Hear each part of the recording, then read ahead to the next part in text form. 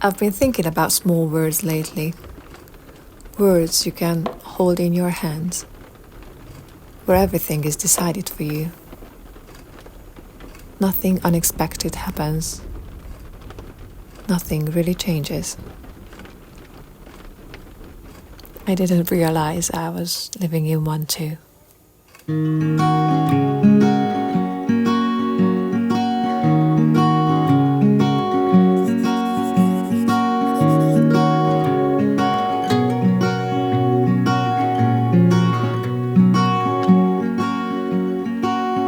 Over the past few years, many of us might have learned what that feels like to live inside something smaller. Life pulled inward, to familiar rooms, familiar places, to screens.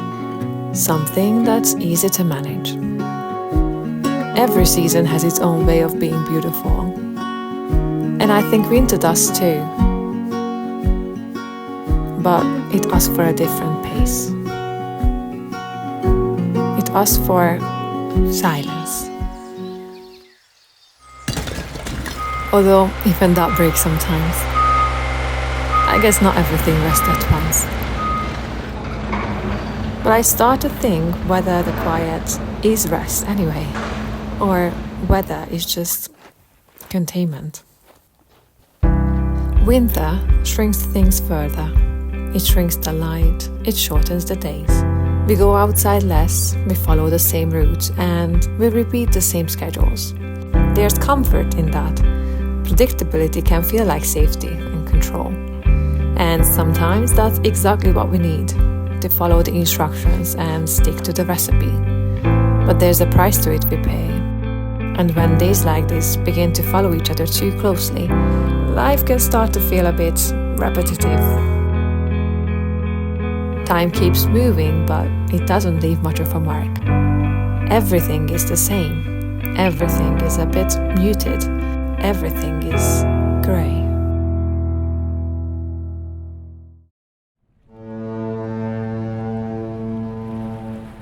The beach shows it best. In summer, it's loud. So much happens there. In winter, it almost disappears. Still beautiful, but faded. And I wonder if I've been living my life like I forgot the colors.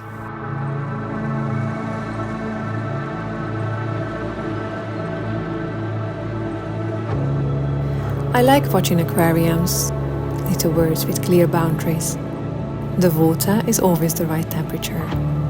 Food arrives on time, and the days just kind of repeat themselves.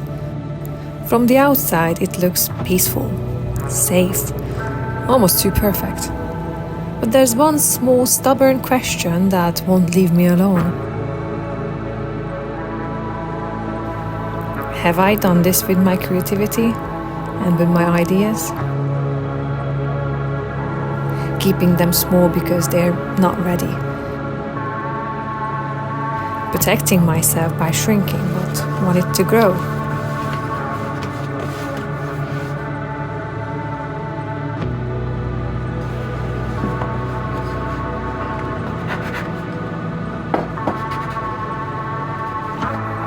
Sometimes shrinking is necessary. It helps us survive harder seasons, keeps things manageable. There's nothing wrong with it, but as the world gets smaller, so does what reaches us. Fewer influences, fewer places for ideas to come from.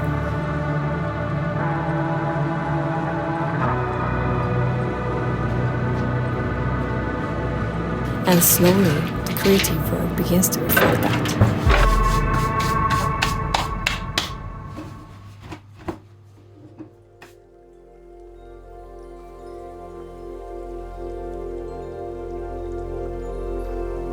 I keep dreaming about bigger words, louder, in their quietness. There's more movement there, more edges to explore. Still contained in a way, of course, but wider. I watch fish move through larger tanks. Some blend in perfectly. Others just don't. One stands out immediately, a brighter one. It's hard to ignore. I think about how often we chose safety over standing out. How easy it is to live a life that fits, that earns approval. Even when it means keeping parts of ourselves quiet.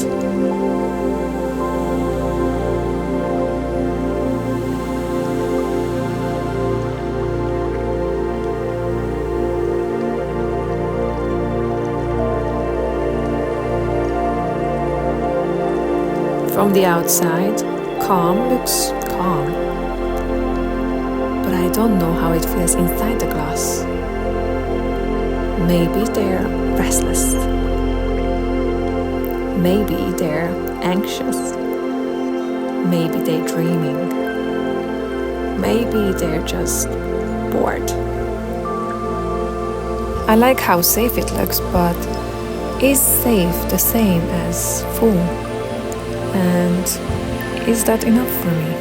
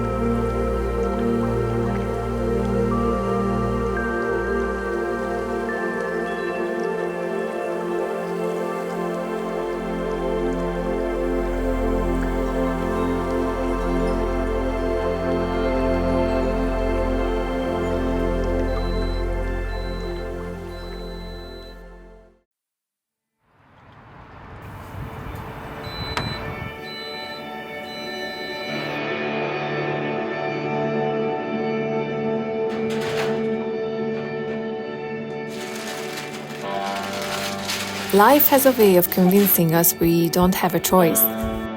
Routines, work, money, responsibilities.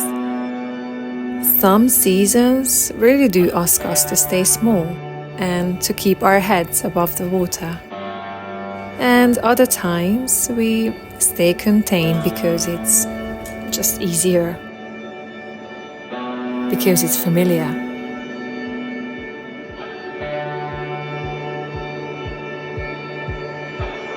Loosening the grip looks different for everyone. Sometimes it's a big leap and you literally have to break something in order to be able to move.